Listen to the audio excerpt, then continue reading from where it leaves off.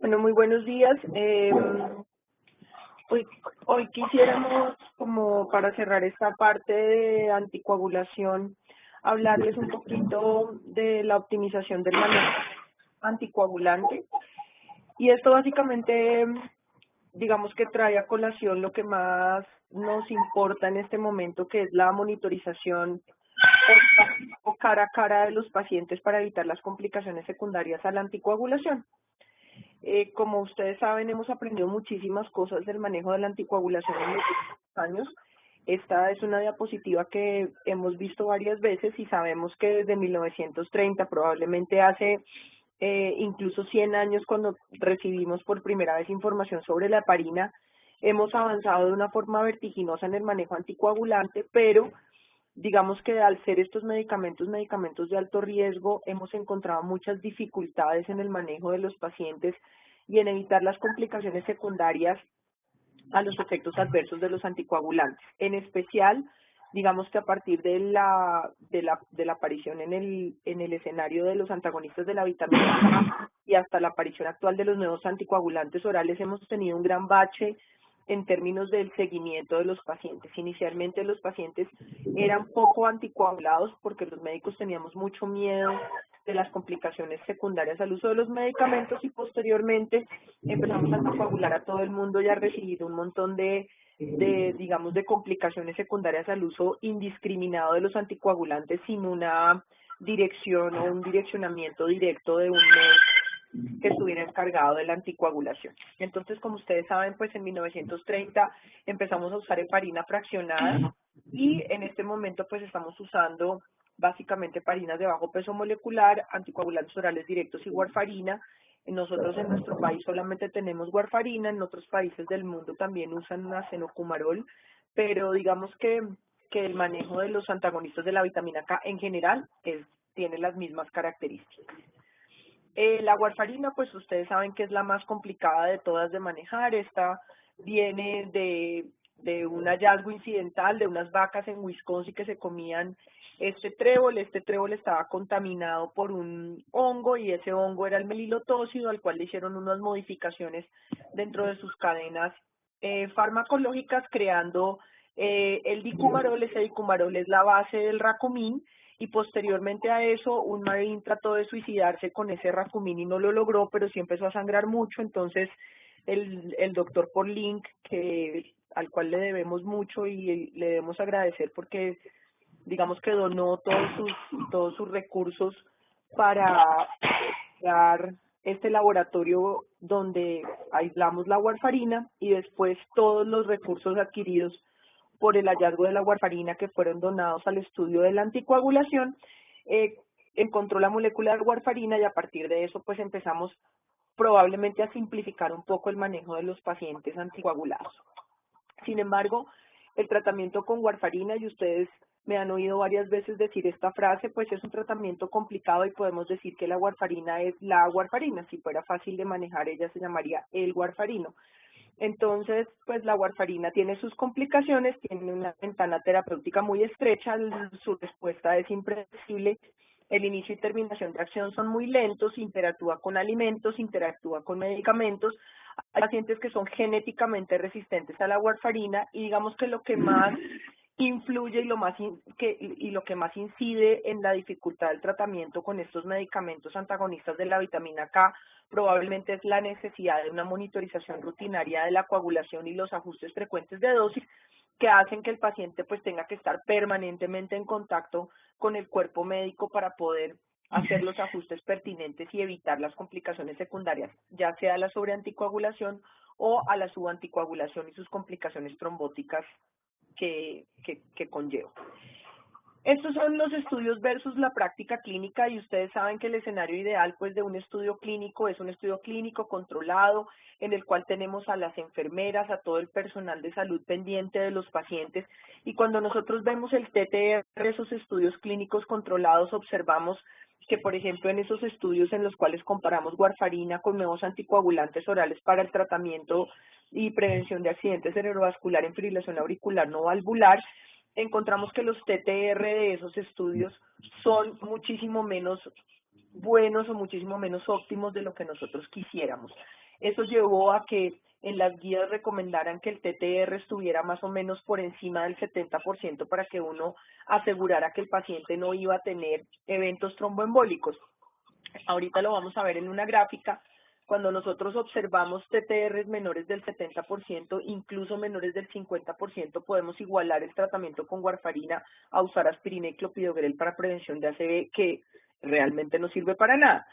Entonces, cuando nosotros miramos ese TTR de los estudios clínicos, que como les digo yo es el escenario ideal en el cual vamos a tener una monitorización muy estricta del paciente, encontramos que el que mayor tiene TTR de esos estudios de fibrilación auricular es el estudio Engage, en el cual tenemos 68% de TTR de tiempo en rango terapéutico, y tenemos pues seguido de esos el estudio Relay, en el cual probablemente tendremos un 64%, en el Rocket un 56%, en el estudio Aristóteles también oscila entre el 56 y el 58% de TTR. O sea, en general, cuando miramos el TTR en una condición ideal, perfecta de un estudio clínico controlado, encontramos que los TTR son muy bajitos y son muy difíciles de conseguir. Pero hay algo muchísimo peor. Cuando miramos qué pasa con el TTR en la vida real, es aún peor.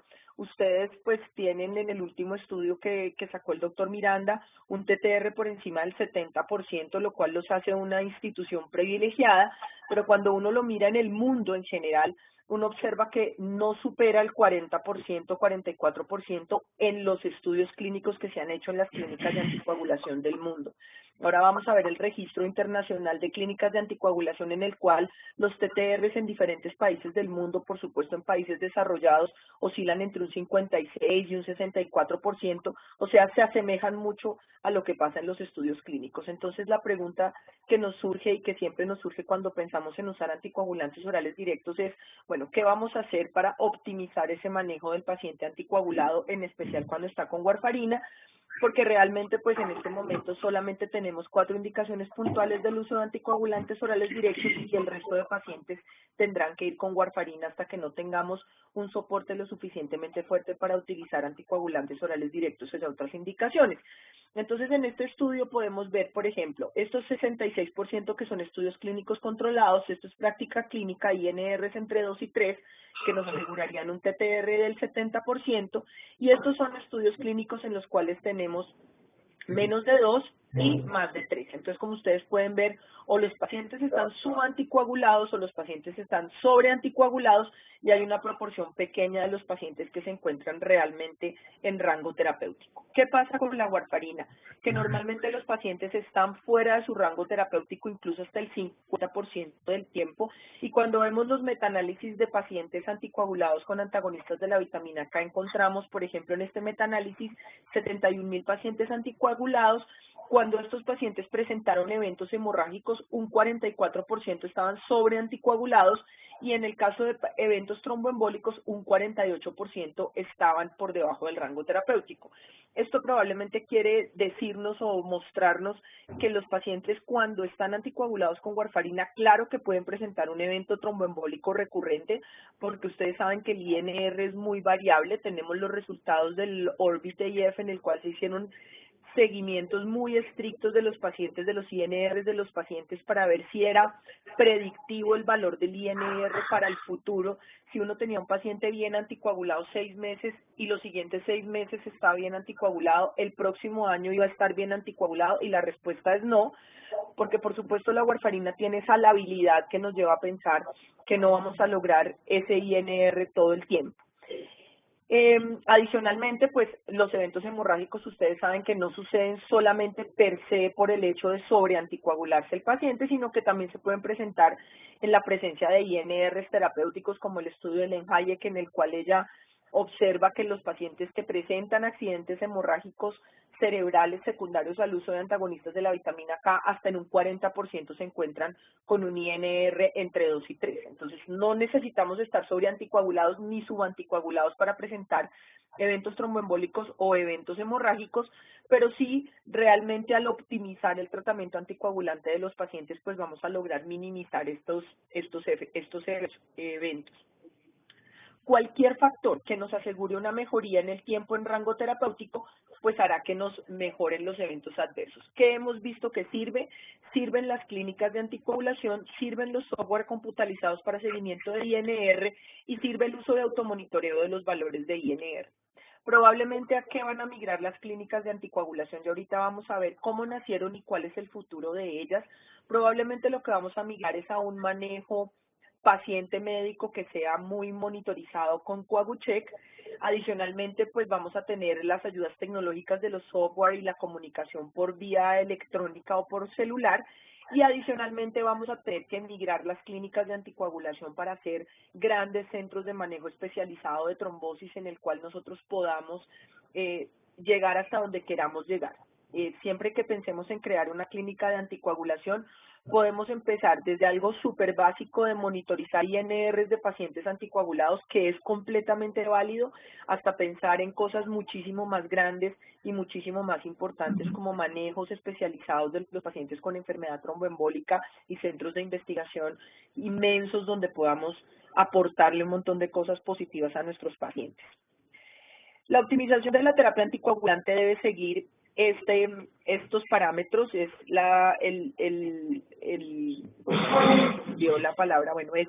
estas palabras que uno va desglosando. Entonces, DIRS es determinar la indicación y duración del tratamiento, establecer el rango terapéutico de los pacientes, educarlos, evaluar que esos pacientes estén cumpliendo con el régimen terapéutico, revisar los medicamentos, comorbilidad y dieta y hacer un screening o evaluación para determinar la recurrencia de trombosis o sangrado. Digamos que cuando uno mira en estos puntos básicos, pues no solamente esto se enfoca en warfarina, también podemos enfocarlo en heparinas de bajo peso molecular y también podemos enfocarlo en anticoagulantes orales directos porque ya sabemos que no hay todos para todos y que va a haber unos para cada paciente y que cada paciente va a tener que recibir una dosis que no necesariamente es la misma para todos porque algunos requieren ajuste de dosis. Entonces, digamos que no estamos solo centrados en el manejo de la warfarina como probablemente estaban las clínicas de anticoagulación hace unos años. El principal efecto adverso es el sangrado. La incidencia anual de sangrado en general con la anticoagulación es alrededor del 0.6% de hemorragias fatales, 3% de hemorragias mayores y 9.6% de hemorragias mayores y menores, cualquier sangrado. Y esto, pues, por supuesto, es lo que nosotros queremos evitar. En principio, nuestro principal enemigo es el sangrado intracraneano y todos los estudios y los nuevos medicamentos se han enfocado puntualmente en minimizar el riesgo de que los pacientes presenten sangrado intracerebral. Los factores que favorecen el sangrado, pues, incluyen las características del paciente, cuánto tiempo lleva el paciente anticoagulado, si tiene una importante interacción con alimentos, con medicamentos y la intensidad del efecto conseguido con la dosis instaurada, que tiene que ver mucho con el efecto sobre anticoagulación. Tenemos que tener presente en nuestra cabeza que los pacientes con heparinas de bajo peso molecular se pueden sobreanticoagular, que los pacientes con anticoagulantes orales directos se pueden sobreanticoagular y que por supuesto en el caso de la warfarina es mucho más visible ese efecto sobreanticoagulante, pero no lo podemos dejar atrás y pensar que solamente la warfarina sobreanticoagula a los pacientes y que probablemente tenemos otros medicamentos que también producen sobreanticoagulación, aunque no sea tangible, aunque no sea cuantificable. Estas son, digamos que en general, las principales indicaciones de anticoagulación. Como ustedes saben, son muchísimas.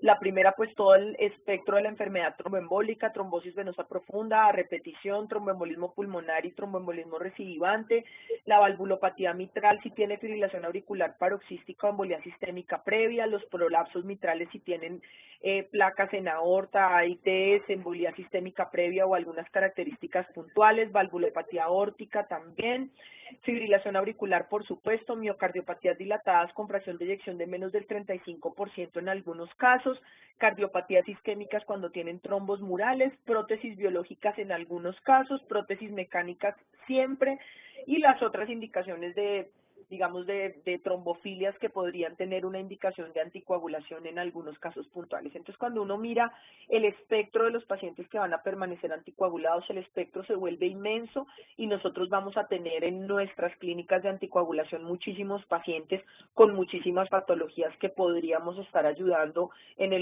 la optimización de su tratamiento anticoagulante. ¿Cuál es la importancia del TTR? Este es el estudio que les mencioné, un estudio publicado por el doctor Connolly, en el cual él trata de comparar cuál es el beneficio de la anticoagulación oral y la terapia antiplaquetaria en los pacientes con fibrilación auricular no valvular que están anticoagulados con warfarina y quiere evaluar cuál es la ventaja de tener TTRs por encima del 70%. Entonces, el umbral mínimo necesario, encontró Connolly, el umbral mínimo necesario para que el uso de la warfarina sea benéfico es tener a nuestros pacientes con un TTR entre el 58 y el 65%.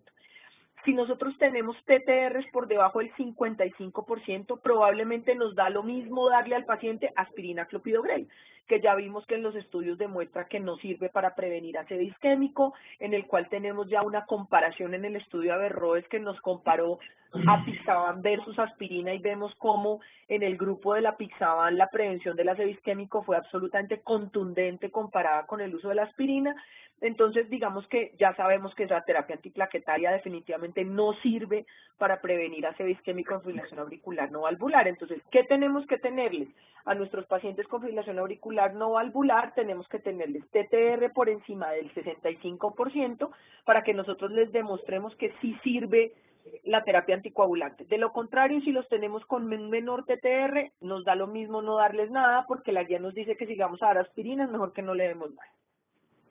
Miren este otro estudio que es el de la doctora Gallagher, en el cual ellos evaluaron, dependiendo de los TTRs, la incidencia de ACV isquémico. Entonces, miren el porcentaje de pacientes, bueno, estos son los que no tienen warfarina, y miren cómo nos da lo mismo si tenemos un TTR menor de 30 o entre 31 y 40, incluso entre 50 y 60, vamos a igualar nuestra cifra a como no darle warfarina. Entonces realmente no es tan fácil tener a nuestros pacientes por encima del 70%. En este momento ya tenemos incluidas en las guías TTR que nos demuestra que si tenemos un paciente que tenga un CEM-TTR mayor de 2, no debemos darle warfarina porque nosotros sabemos que ese paciente predictivamente al futuro va a tener un INR lábil y no vamos a lograr que tenga un TTR mayor del 70%. El principal problema, y probablemente lo que nosotros vayamos a hacer en el futuro con la doctora Maribel, es buscar cómo vamos a evaluar ese TTR, ese CEM-TTR en nuestra población, ya que ser latino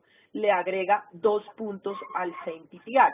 ¿Por qué le agrega 2 puntos al CEM-TTR? Porque ser latino implica país en vía de desarrollo, implica no monitorización correcta del INR, implica pacientes sin plata para hacerse un coagucheck, más que la etnia per se que le prediga que el paciente va a estar mal anticoagulado. Es como yo asumo que usted es latino y al asumir que usted es latino es pobre, no tiene plata para hacerse los INR y no tiene plata para ir a una clínica de anticoagulación, su sistema de salud no sirve para monitorizar INRs, conclusión, no le podemos dar warfarina a los pacientes. Entonces, tenemos probablemente que nosotros en nuestros pacientes validar la escala de CEM-TTR y evaluar si realmente esos 2 puntos dados por ser población latina, cuando tenemos clínicas de anticoagulación tan robustas como las que ustedes tienen en San Vicente, realmente sí es válido esos 2 puntos que nos están poniendo por el hecho de ser latinos. ¿Qué pasa cuando nosotros tenemos un comparador de está anticoagulado bien anticoagulado versus está anticoagulado mal anticoagulado? Que definitivamente el sangrado y la trombosis están directamente relacionados con estar mal anticoagulado, ya sea con un TTR para abajo o con un TTR para arriba, o sea, perdón, con un INR para abajo o para arriba. El hecho de no tener bien controlado nuestro INR es lo que nos va a hacer que nosotros tengamos riesgo de sangrado o riesgo de trombosis. ¿Cuál es el futuro del manejo anticoagulante? ¿Qué tenemos en este momento o qué teníamos hace 10 años? Hace 10 años solamente en las clínicas de anticoagulación teníamos warfarina, hacíamos un control rutinario de la coagulación, podría ser ya con el médico tratante de los pacientes, el cardiólogo, el neumólogo, el que fuera. Teníamos anticoagulación en clínicas de anticoagulación y muy pocos pacientes sabían cómo manejarse su anticoagulación.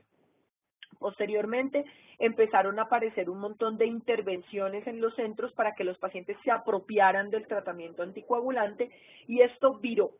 ¿Viró a qué? Viró a que obviamente tenemos incluidos en el escenario y no los podemos sacar de ahí por más de que nosotros queramos a los anticoagulantes orales directos, tenemos a la warfarina y esto hace que el paciente se apropie de su tratamiento. Entonces, vamos a basarnos más en el manejo, en el autocontrol del paciente, en las clínicas de anticoagulación y vamos a dejar ese manejo rutinario de la coagulación del médico tratante, digamos como la última opción, porque eso definitivamente ha demostrado que no sirve. ¿Por qué? Porque necesitamos todo lo que le provee al paciente la clínica de anticoagulación, porque necesitamos todo lo que le provee al paciente el apropiarse de su patología y el adquirir esa necesidad de monitorizarse el mismo en el caso en el que esté con antagonistas de la vitamina K. Entonces, digamos que esa monitorización de rutina está muy mandada a coger en el mundo actual y lo que debemos buscar es ese manejo interdisciplinario de los pacientes. Si vamos a tener, digamos, un paciente manejado por cirugía vascular, ustedes deben tener al lado, hombro a hombro, a una persona que les maneje correctamente la anticoagulación de los pacientes para asegurarles el éxito en sus cirugías y lo mismo va a pasar con el cardiólogo que le va a tratar la patología cardiovascular al paciente. El hecho de que sea cardiólogo no hace que no sepa manejar la coagulación. Claro que la sabe manejar, nadie les está diciendo que no, pero ese plus que les provee la clínica de anticoagulación en educación, en necesidad, seguimiento, en todas esas cosas, realmente el manejo interdisciplinario por personas especializadas en ese campo es lo que los pacientes necesitan para optimizar su manejo anticoagulante. La historia de las clínicas de anticoagulación es nueva, realmente la primera se desarrolló en los Países Bajos, el doctor Jordan la hizo en 1949 y después el grupo de la Universidad de Michigan en los 50 hizo el primer centro de manejo de enfermedad tromboembólica en los Estados Unidos.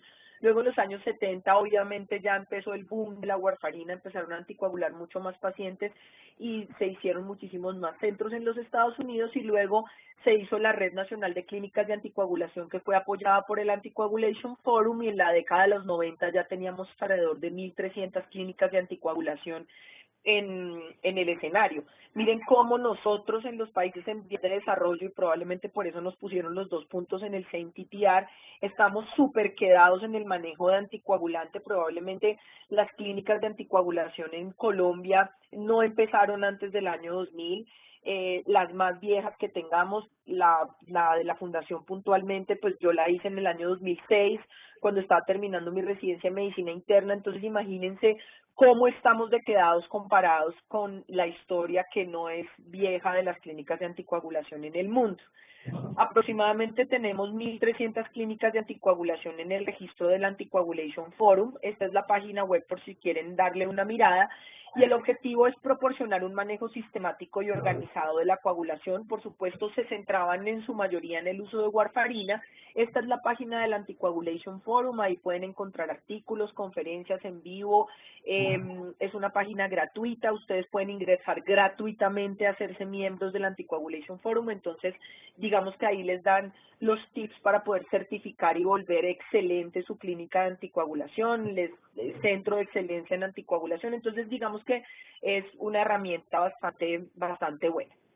La permanencia de los pacientes en los Estados Unidos oscila en 4 años, con un rango entre 1 y 9 años. Por supuesto, aquí están los pacientes que son como móviles, que también ustedes los ven en nuestras clínicas de anticoagulación, que son pacientes que no tienen indicación permanente de anticoagulación, enfermedad tromboembólica venosa, algunos pacientes que salen de cirugía de una válvula biológica y deben recibir 3 meses de anticoagulación por X o Y motivo. Esos pacientes son pacientes que van a ser como oscilantes dentro de las clínicas de anticoagulación. En general, las clínicas tienen alrededor de 250 pacientes, pero pues tenemos clínicas que tienen 2.000, 3.000, 4.000 pacientes. La mayoría cuenta con prácticas de grupo, tienen internistas, hematólogos, tienen neumólogos, cardiólogos, o sea, de todas las especialidades que puedan nutrir la clínica, cuentan con un especialista en la clínica de anticoagulación. Las indicaciones más comunes pues son las que ustedes han observado en su clínica y las que yo observo en la mía: fibrilación auricular, reemplazos valvulares, enfermedad tromboembólica venosa, accidente cerebrovascular y falla cardíaca. ¿Cuánto vale una clínica de anticoagulación versus atender a un paciente? Pues eso depende desde el punto de vista por el que se mire. Obviamente crear la clínica tiene un costo y buscar un doliente que la maneje tiene un costo, pero eso reduce la incidencia de complicaciones hemorrágicas y tromboembólicas, los pacientes se hospitalizan menos, van menos a urgencias y los ahorros en costos oscilan entre 860 y $4.000 por paciente año de terapia. Pero aquí en Colombia vamos a ver esta gráfica en la cual yo les voy a mostrar cuánto vale tener un ACV hemorrágico en Colombia. Esto es a noviembre del 2015. Esto no está actualizado, pero digamos que como todo le echan la culpa al dólar, probablemente haya subido mucho por el dólar en este año. Estamos esperando a que saquen las cifras de este año. Pero esto era cuánto nos valía en noviembre del 2015 tener un ACV hemorrágico. Miren el costo. Entonces, esto es tener un ACV hemorrágico secundario al anticoagulante oral y vale alrededor de 12 millones de pesos al año. O sea, un paciente, uno, complicado con un ACV hemorrágico, le va a costar al sistema de salud 12 millones de pesos. Si el ACV es isquémico porque está mal anticoagulado, le cuesta un poquito menos, 10 millones, y esto va obviamente empeorando con el paso del tiempo porque los pacientes tienen años de vida potencialmente perdidos y todas estas cosas que conlleva la discapacidad secundaria a la complicación. Pero adicionalmente no solamente tenemos cálculos de cuánto vale el peor escenario que es un ACV hemorrágico, sino que tenemos cuánto vale un sangrado mayor, cuánto vale a otras hemorragias intracraneanas, cuánto vale el año post-ACV, post-ACV hemorrágico, cuánto vale tener un infarto agudo de miocardio. Entonces, cuando uno lo mira en grueso, pues claro, nosotros también le estamos ahorrando un montón de plata al sistema. Entonces, cuando nosotros hacemos esta comparación de cuánto vale tratar a un paciente con warfarina y cuánto vale tratarlo con un nuevo anticoagulante oral, pues obvio sale más barato tratarlo con warfarina. El problema es que si lo tratamos con warfarina va a sangrar más y si sangra más, pues nos va a costar más. Y tenemos que meterle toda la plata que significa manejarlo en una clínica de anticoagulación. Entonces hemos pasado realmente como les dije, al monitoreo centrado en el paciente. Debemos buscar estrategias para que ese paciente se apropie de su tratamiento y los médicos puedan educar masivamente a los pacientes para que el manejo del anticoagulante sea muchísimo más fácil.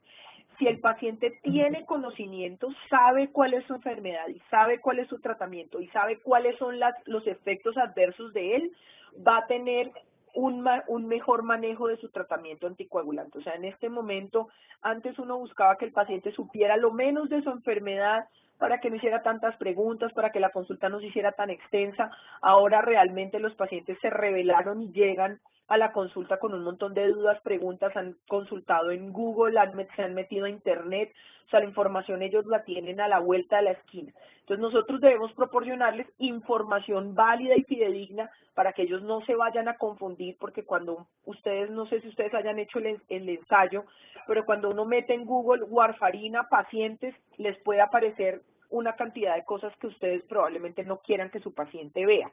Entonces, si ustedes le proporcionan al paciente una información fidedigna, si ustedes tienen una página web con unos artículos colgaditos que el paciente pueda leer fácilmente o con unos folletos o cosas que ustedes le puedan dar al paciente, el paciente pueda leer, sean sencillas de aprender, pues ustedes pueden facilitarle al paciente la información, el paciente va a tener conocimiento y al tener conocimiento se van a disminuir las complicaciones.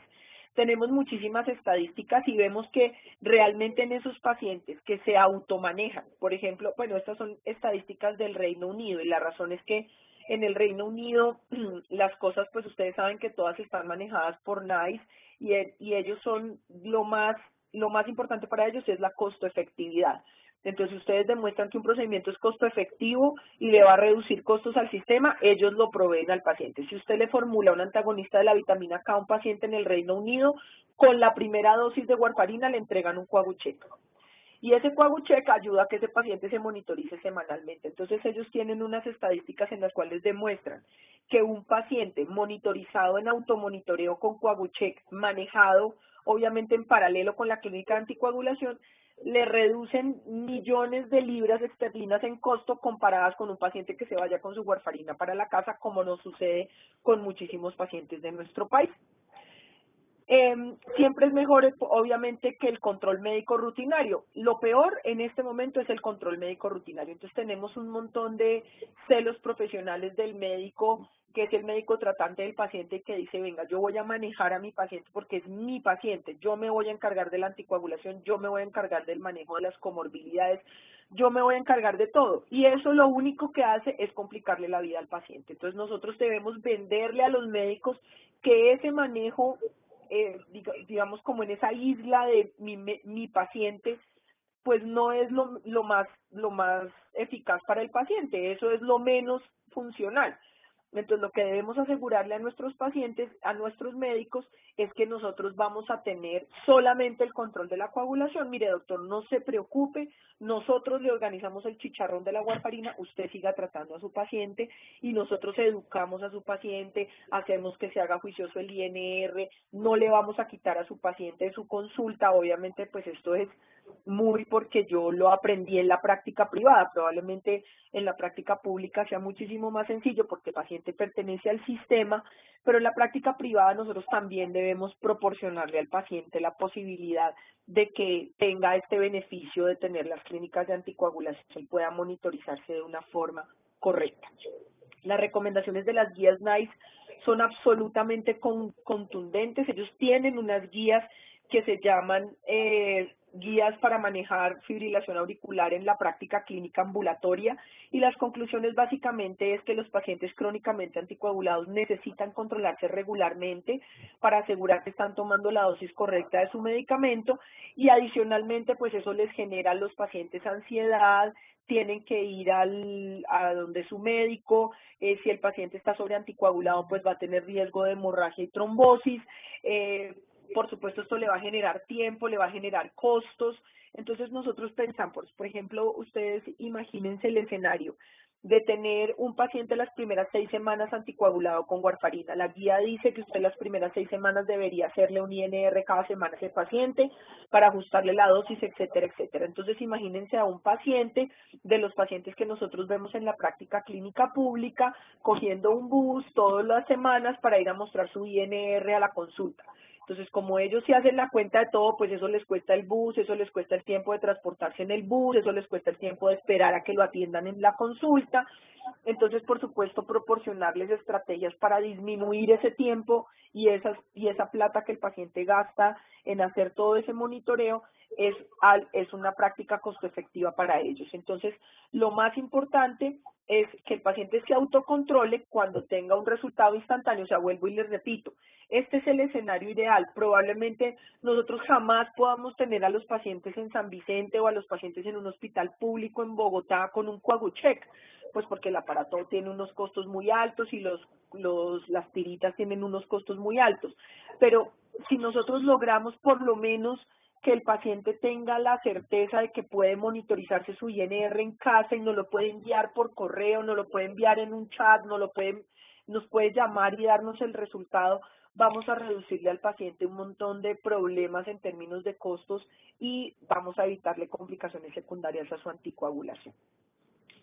¿Qué nos recomiendan los expertos? Pues las guías CHES del 2012 nos recomiendan el manejo de anticoagulación en clínicas de anticoagulación con un grado de evidencia 1C, y en este párrafo realmente dice que los pacientes deben estar monitorizados, deben pertenecer a una clínica de anticoagulación y deben asumir la seriedad que significa estar anticoagulados, no importa con el medicamento anticoagulante que ustedes les den.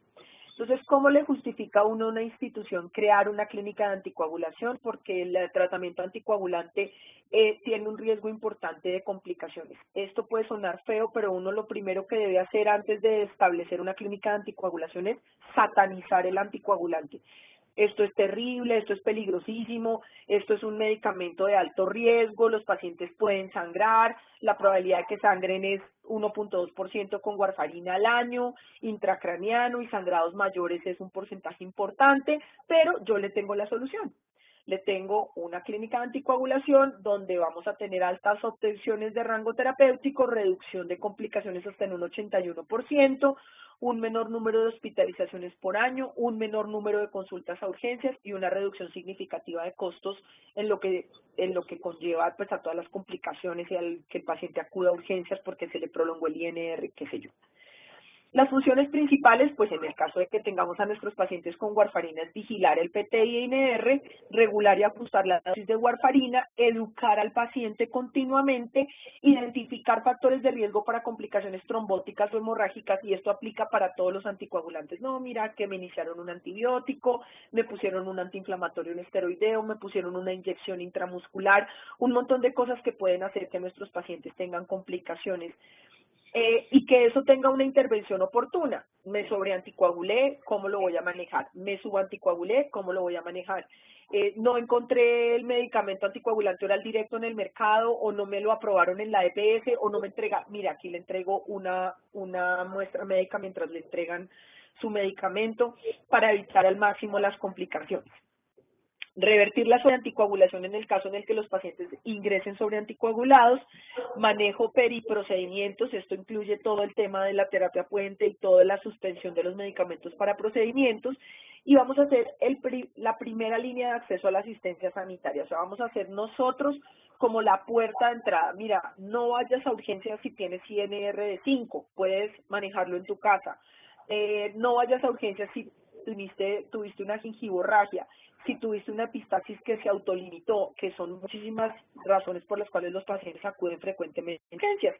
Por supuesto, desarrollar los protocolos de anticoagulación de las instituciones. Esto incluye el protocolo para anticoagular a los pacientes, cuáles patologías anticoagular, con qué anticoagularlas, qué hacer cuando el paciente se sobreanticoagula y todo lo que englobe el tratamiento anticoagulante, y educar a otras personas cercanas a las instituciones para que ellos se adhieran a los protocolos.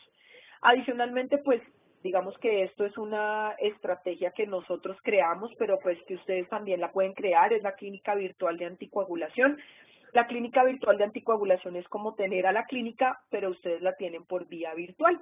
Entonces, como ustedes se dan cuenta, aquí tenemos agende su cita, exámenes, qué hacer en procedimientos, un correo institucional, pagos en línea, bueno, etcétera. Y tenemos el Doctor Chat.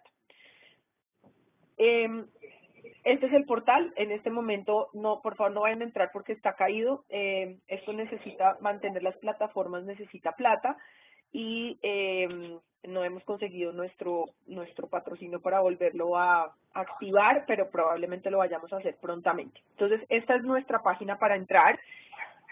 Vamos a tener rápido acceso a la información requerida por el paciente. Como les digo, el paciente tiene acceso a noticias, artículos de interés, link de interés. Esos son los tips de alimentación para el paciente anticoagulado, etcétera, etcétera.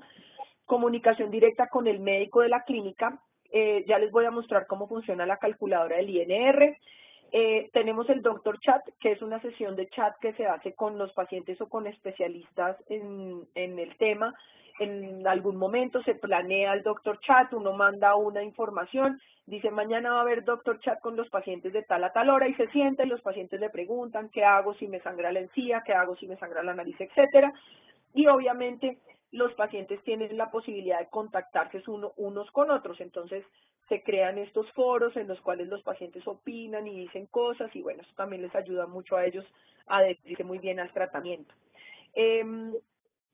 Va a ser lo mismo y nos vamos a brindarle toda la asesoría y el acompañamiento, y vamos a poder hacerlo a distancia.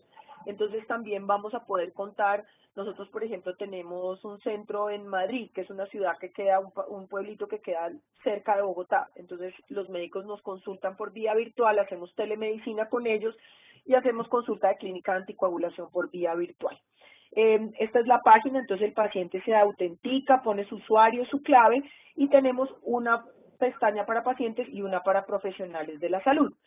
Esta es la calculadora de PT y INR, entonces el paciente aquí pone día, mes, año, hora, bueno, si quiere minutos y segundos, su INR del paciente, su PT control, lo guarda y aquí aparece el récord de los INR. El paciente lo puede graficar. ¿Qué pasa si el paciente está sobreanticoagulado? Que llega una alerta a mi correo electrónico: doctora Ana Cristina, el fulanito de tal está sobreanticoagulado o está subanticoagulado, por favor comuníquese con él. Aparece el teléfono o el contacto del paciente o el médico tratante del paciente, que también puede suceder porque digamos que nosotros tenemos toda esa información incluida. Entonces, no, uno se comunica con el médico tratante, mira, me llegó una alerta que el fulanito de tal está sobre anticoagulado, por favor dale una llamada, o nuestra enfermera le da una llamada al paciente y le dice que por favor acuda a la clínica, o que si no está cerca haga los ajustes necesarios en la warfarina. ¿Qué pasa con los anticoagulantes orales directos? Que las guías de tratamiento de los anticoagulantes orales directos también tienen unas recomendaciones de que el paciente debe estar monitorizado en clínicas de anticoagulación, definir si realmente el paciente necesita ese medicamento, si ese medicamento es el correcto, y discutir las preferencias del paciente, por supuesto.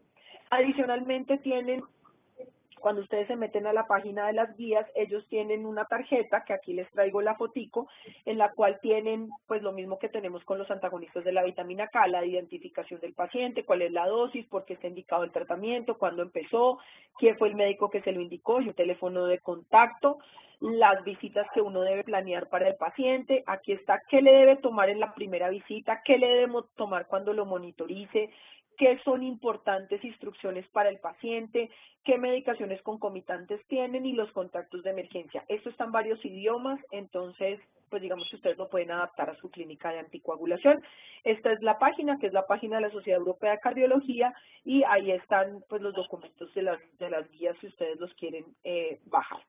El seguimiento de los pacientes en el caso de anticoagulantes orales directos debe ser sincrónico entre el médico y sus cuidadores, requieren vigilancia estricta de reacciones medicamentosas. No olvidemos que los medicamentos que interfieren con la glicoproteína P o con la CYP pueden incrementar los niveles plasmáticos de los anticoagulantes orales directos, en especial de los inhibidores del factor 10 activado, y deben ser seguidos alrededor de cada 3 meses, o sea, al menos 4 veces al año. Estas son las recomendaciones de las guías. Ellos también nos hacen un checklist de qué debemos hacer en el seguimiento de los pacientes, qué hacerles en las primeras visitas, cómo evaluar los efectos adversos del medicamento, qué exámenes de laboratorio tomarles, etcétera, etcétera. Entonces, pues vale la pena que le echemos una mirada porque también es importante. Les traje nuestra experiencia de la clínica de anticoagulación. Esto es una corte, digamos que no definitiva, pues, o no absoluta, digamos que lo hemos estado haciendo durante los años.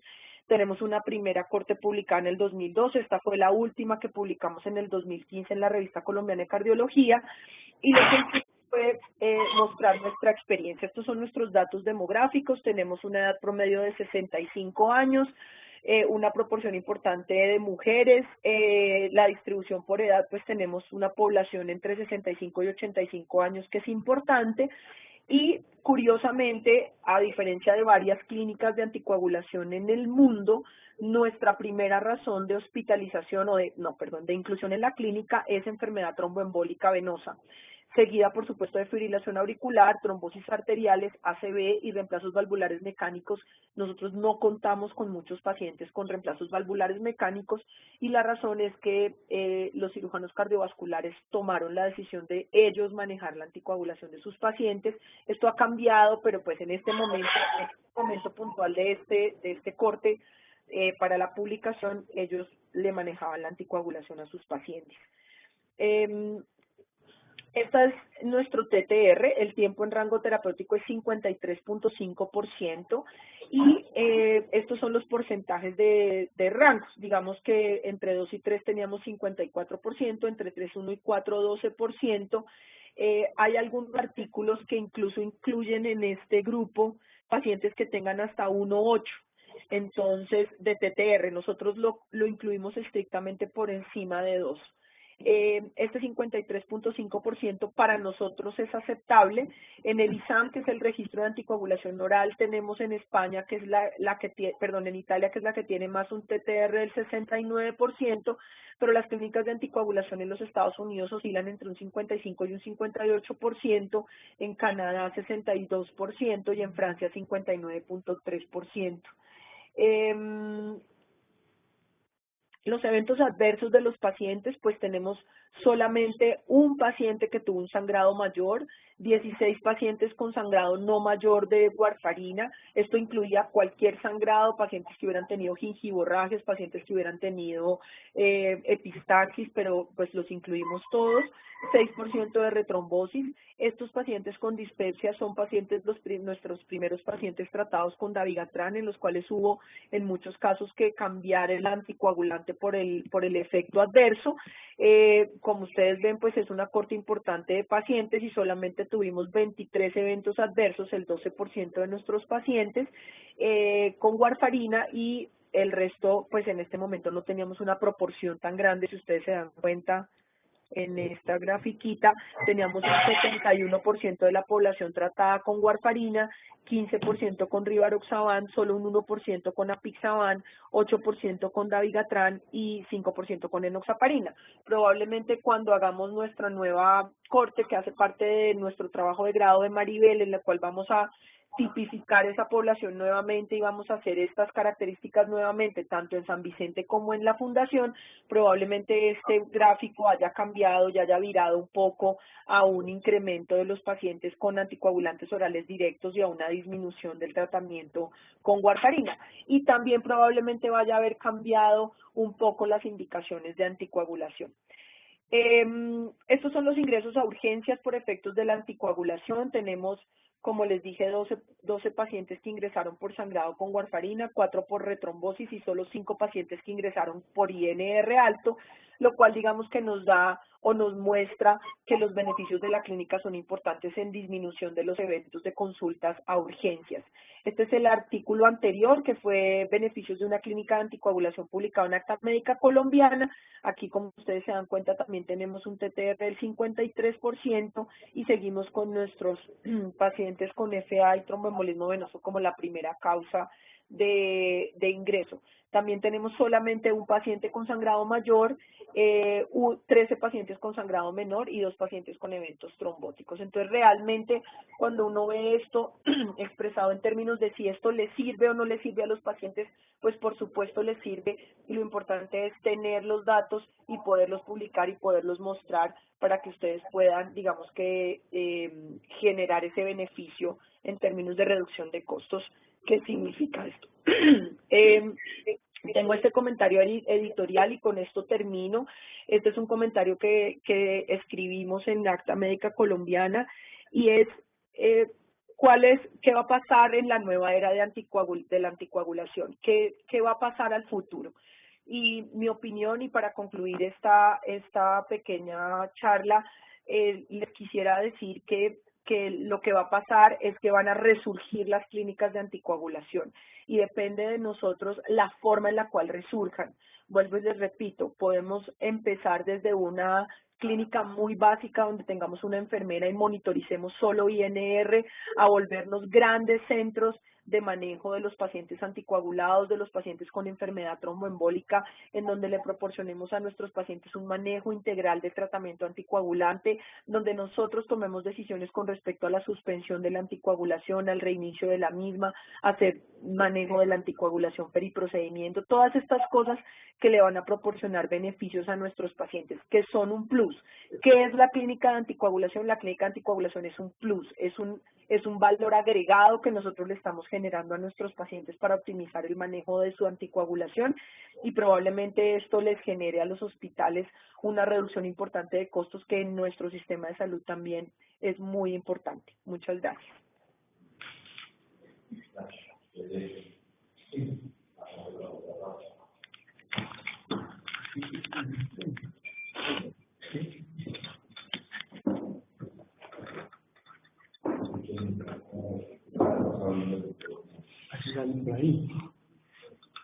Doctora,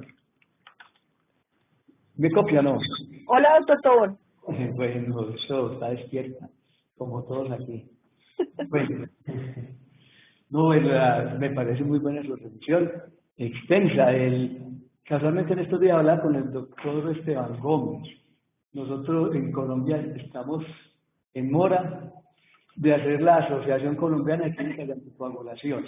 Entonces el doctor está muy motivado, yo hablé con él en un viaje que tuve ahora y tuvimos mucho tiempo de hablar al respecto, porque estamos todos como una rueda suelta. Creo que las únicas clínicas así como serias son la que usted maneja, la que manejamos en el San Vicente y la que maneja el doctor Gómez en Cali, Valle de Lilí, sí, en el señor. Valle de Lilí. Y mire que con respecto a las clínicas de anticoagulación nos permiten muchas cosas fuera de las que usted decía. Mire, nosotros hemos tenido la opción o oportunidad de hacer investigaciones con trombosis, con el factor 5 Leiden, etcétera, por lo que usted decía ahora, el manejo no transdisciplinar en estas clínicas. Aquí tenemos una gran oportunidad que tenemos los residentes, los internos, etcétera, etcétera, y nos permiten hacer eso, que eso ojalá se pudiese en algunas clínicas, pero lo importante creo que es que en estas clínicas de anticoagulación o a estas clínicas sean remitidos los pacientes que están anticoagulados. Todos sabemos, y usted bien lo sabe también, los celos que existen con respecto al manejo de las enfermedades, y más en este caso. No sé por qué el protagonismo de algunos les da temor. Pero bueno, eso será como tema de otra discusión larga. También les informo a todos, y doctor Felipe, aquí estamos hablando que la clínica nuestra fue fundada en el año 1965 por el doctor Gerardo Cadavid. Cuando yo ya, no en esa época, pues yo era apenas estudiante, creo, no había entrado yo en la universidad todavía. Pero después, cuando tuvimos la oportunidad de evaluarla, en la clínica se manejan apenas entre cuatro pacientes en la semana. Y la clínica nuestra, según el dato que me dijeron la semana pasada, hay casi 495 pacientes activos. Sí, señor. Y se van renovando periódicamente. Así como cosas generales, en Europa solamente el 6-7% de los pacientes que están en warfarina se han pasado para los nuevos anticoagulantes. Razón por la cual nos dicen que estas clínicas tienen que ser activas, como usted dice, no hay ninguna duda. En algún momento pensábamos que iban a desaparecer las clínicas de anticoagulación, pero no hay ninguna duda que tienen que permanecer, y más con el manejo de medicamentos que todavía tenemos mucho que aprender de ellos. Sí, Bueno, señor. no quiero extenderme porque la idea no es hablar yo, sino que quien esté participando en el chat de algunas respuestas. Dígame, o alguna observación, pero usted está muy activa y su mente está trabajando muy rápido y nos habla muchas cosas, y aquí tenemos apenas una hora. Allí.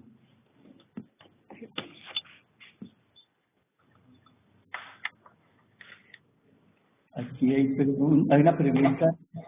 En medicina general, según las diferentes anticoagulantes, ¿cuáles exámenes serían pertinentes? TP, TPT, INR, su rango con medicación y control cada tanto tiempo. Al final de la charla, espero que no me corten antes, dice aquí el doctor Humberto. ¿La quiere responder o la respondemos acá? Como usted quiera, doctor Tobón, usted me dirá. Primero las damas. Respondan Bueno, corto y sustancioso. eso depende del paciente, depende del anticoagulante que esté tomando y depende del rango que haya mantenido. En pacientes que se mantienen estables, incluso las guías recomiendan que hasta 3 meses de seguimiento del INR. Sin embargo, para que el TTR sea válido, uno debe hacer al menos al paciente 5 mediciones al año. Entonces, pues normalmente, según lo que hemos visto en los resultados de los estudios, esa estabilidad del INR no es tan predictiva de una estabilidad futura, y probablemente entre 5 y 6 veces al año, si el paciente se mantiene estable, sea un buen término para monitorizarlo.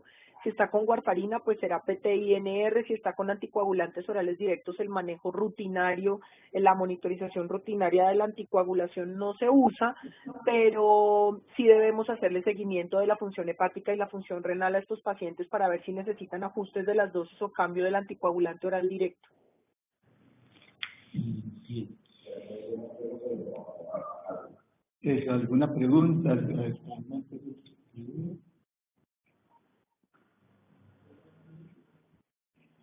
Bueno, aquí hacen alguna pregunta. ¿El uso de la ASA o clopidogrel en ese ACV sistémico no tiene valor en otras entidades de riesgo cardiovascular? Bueno, La pregunta es, si el ASA y la clopidogrel no tiene valor en el SB isquémico, en otras entidades de riesgo cardiovascular como el infarto, sí la tiene aún. Yo creo que esa respuesta está muy clara. La que Sí, hable usted.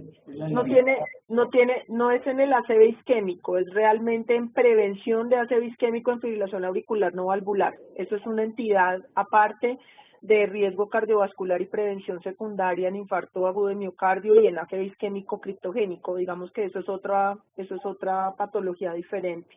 Entonces lo importante es evaluar que los pacientes no estén con aspirina y clopidogrel para prevención de ACV isquémico en fibrilación auricular no valvular. Era puntualmente de eso de lo que estábamos hablando. Pero una cosa que se me acaba de ocurrir es algo que nos ha pasado y es con base en los estudios que teníamos acá con respecto a la warfarina y al Coumadin, a la warfarina genérica y al Coumadin. En un estudio que hicimos acá, encontramos que quienes recibían la genérica tenían más probabilidad de hacer complicaciones. A pesar de que pudo publicar esto, no nos hicieron caso y se sigue administrando la warfarina genérica. Entonces yo pienso, si el Estado no les administra la warfarina, el Coumadin, que tenemos grandes dificultades, no sabemos qué irá a pasar con los ACOS, como ustedes los llaman, y el sistema de salud. ¿Qué comentarios tiene usted para enseguida darle la palabra aquí al doctor Harold? Pues definitivamente sí hemos visto que el uso de anticoagulantes orales directos se ha incrementado. Sin embargo, en los estudios de costo efectividad de nuestro sistema de salud dijeron que no eran costo efectivos por ahora. Pero pues ellos les dan warfarina genérica a los pacientes. Entonces, al no darles la warfarina original, pues estos pacientes se sobreanticoagulan fácilmente, tienen más complicaciones, incluso más riesgo de epidemiolisis y todas las complicaciones secundarias al uso de antagonistas de la vitamina K, y el manejo del INR es mucho más complejo. Pero yo no creo que sea muy fácil convencer al sistema de salud en términos de costos de darle a estos pacientes anticoagulantes orales directos, y como sabemos pues solamente tienen unas indicaciones puntuales que todavía nos van a hacer que tengamos que usar antagonistas de la vitamina K por mucho tiempo más.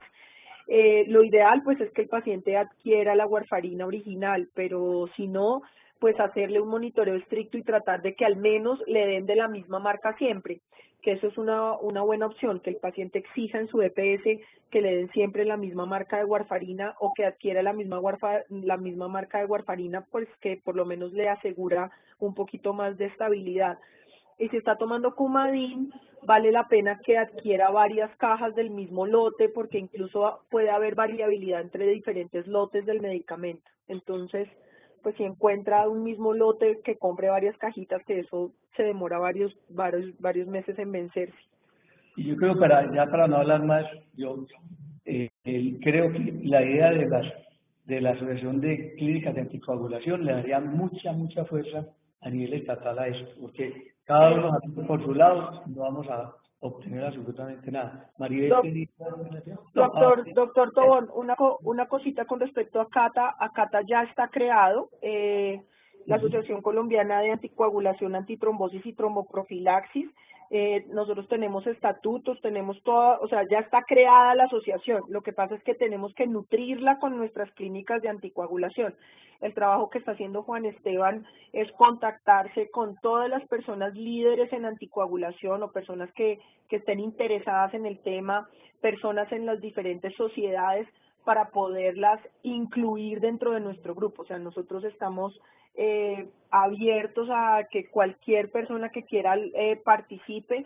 Estamos súper interesados en nutrir nuestra asociación, pero como usted mismo dice, el manejo de los egos es muy complejo. Entonces, antes, cuando no existía nada, no había problema, pero ahora todos quieren que la asociación sea de su sociedad, y nosotros queremos que sea una asociación aparte, o sea, que solamente sea una asociación de clínicas de anticoagulación, pero digamos que ya está creada, y la invitación es a que todas las personas que tengan interés o que tengan clínicas de anticoagulación hagan el contacto, ya sea conmigo, con usted, doctor Tobón, con el doctor Felipe, para poder pertenecer a CATA y poder hacer nuestra asociación de clínicas de anticoagulación, estandarizar manejos, hacer protocolos, etcétera, etcétera. Valga la cuña.